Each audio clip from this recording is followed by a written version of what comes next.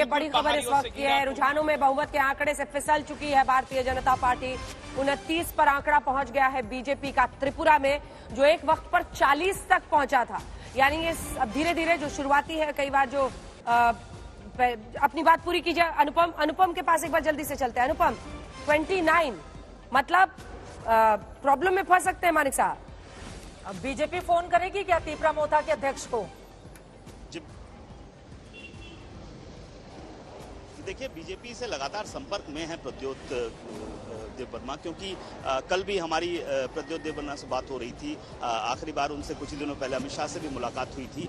लेकिन जो इंडिकेशन हमें मिला कल बात करके और बीजेपी से भी बात करके, कि अगर बहुमत से थोड़ा सा कम बीजेपी को मिलता है तो ऐसे में तिपरा मोथा के साथ बीजेपी जाएगी। तिपरा मोथा किसी के साथ भी जा सकता है, क्योंकि तिपरा मोथा का अगर इतिहास देखे, प्रद्योत का इतिहास देखे, वो कांग्रेस का बैकग्राउंड रहा है, तो वो उनकी सोच बेहद खुली हुई है। उनकी जो मुख्य कोर मांग है ग्रेटर त्रिपुरा लैंड, उसमें भी वो थोड़ा बदलाव ला सकते हैं। हो सकता है वो ग्रेटर त्रिपुरा लैंड जो अलग राज्य है के तौर पर मांगे, वो उस तरह की मांग न रहे, उसमें फिर आ जाए इकोनॉमिक स्वायत्तता, ट्राइबल्स की अनुपम, आप सबसे पहले आप ये बताइए, ये बीजेपी टीएमपी साथ में जाएंगे या लेफ्ट टीएमपी साथ में जाएंगे? क्योंकि इन आंकड़ों के साथ तो अब इसी की चर्चा ज्यादा जोर मिलेगी कि लेफ्ट टीएमपी की ज्यादा संभावना है या बीजेपी टीएमपी की ज्यादा संभावना बन रही है।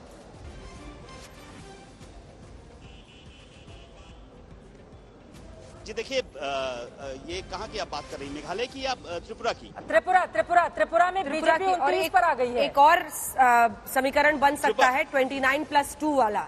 तो बीजेपी ने तो अपने सारे घोड़े अब तक खोल दिए होंगे। बीजेपी से भी हमारे साथ राजू बिष्ट साहब जुड़ रहे हैं। जल्दी से एक कमेंट आपसे, क्योंकि 28 पर सिमटती हुई बीजेपी दिख रही है अभी तक के रुझानों के मुताबिक, यानी जनादेश क्लियर मैंडेट से, स्पष्ट जनादेश से 3 पीछे। और इधर मामला क्या, अब तिपरा मोथा को किंग मेकर बनने का मौका मिलेगा? वहीं लेफ्ट प्लस को आप देखें तो 17 पर वो अटकते हुए दिख रहे हैं। ये तस्वीर अब धीरे धीरे त्रिपुरा की भी बदलती हुई दिखाई दे रही है, यानी जो प्रो इनकम्बेंसी वेव आ रहा है वाली बात थी।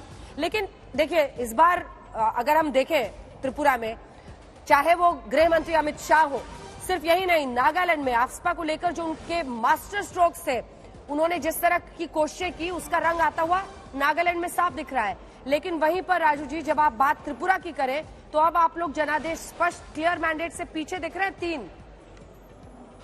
देखिए, ये बहुत अर्ली रुझान है। अभी मुझे लगता है थोड़ा समय और रुक जाना चाहिए।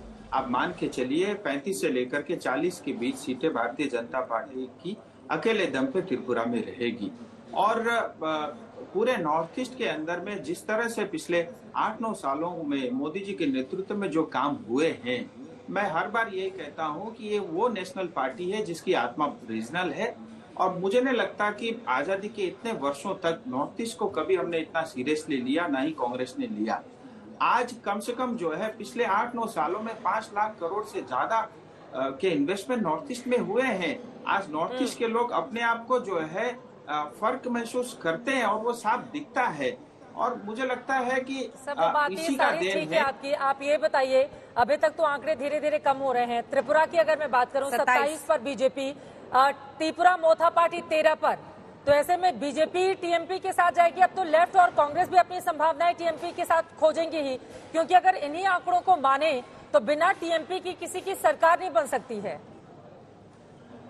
देखिए, मैं अपनी बात स्पष्ट पार्टी की ओर से ये कह सकता हूं कि हम कांग्रेस जैसी पार्टी नहीं है हर स्टेट में अपनी आइडियोलॉजी के साथ कॉम्प्रोमाइज करें। हम अपने आइडियोलॉजी के साथ रहेंगे और हम ये कोशिश करेंगे कि नॉर्थ ईस्ट में जितने भी रीजनल पार्टियां हैं वो हमारे साथ जुड़े।